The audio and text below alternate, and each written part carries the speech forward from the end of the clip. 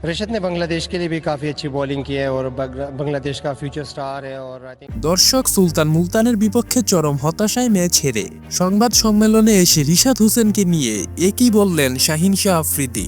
দর্শক, তিনি বলেন, রিশাদ তার জায়গায় সর্বোচ্চ সেরাটা দিয়ে খেলেছে।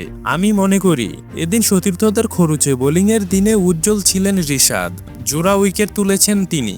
দর্শক, পাকিস্তান সুপার লিগ পিএসএলে লাহোর কালান্দার্সের বিপক্ষে আগে ব্যাট করে 228 রানের সংগ্রহ দাঁড় করিয়েছে মুলতান সুলতান। জবাবে শুরুতেই ভাঙে লাহোরের ওপেনিং জুটি, কিন্তু এই জুটি ভাঙায় একটু চাপেই পড়ে তারা। এরপর দলের বাকি ব্যাটাররা সর্বোচ্চ দিয়ে লড়াই চালিয়ে গেছেন। মুলতান সুলতান বোলারদের দাপটে শেষ মুহূর্তে 36 রানে হারতে হয়েছে লাহোর কালান্দার্সকে। আর তাই তো এমনভাবে ম্যাচ ছেড়ে সংবাদ সম্মেলনে এসে শাহিন আফ্রিদি বলেন, রিশাদের সঙ্গে অন্য কারোর তুলনা হয় না। সে সত্যিই দারুণ একজন বোলার। সে রশিদ খানকে ছাড়িয়ে যাবে একদিন, এটা আমি আশা করি। তাছাড়া আমাদের দলে রশিদ খানের অভাব পূরণ করতে নিয়েছি রিশাদ হোসেনকে, এবং সে তার অভাব যথেষ্ট পূরণ করেছে। তো দর্শক, আপনাদের কি মতামত শাহিন শাহ আফ্রিদির এমন বক্তব্য শুনে? তা অবশ্যই জানিয়ে দিন আমাদের ভিডিওর কমেন্টস বক্সে। ধন্যবাদ।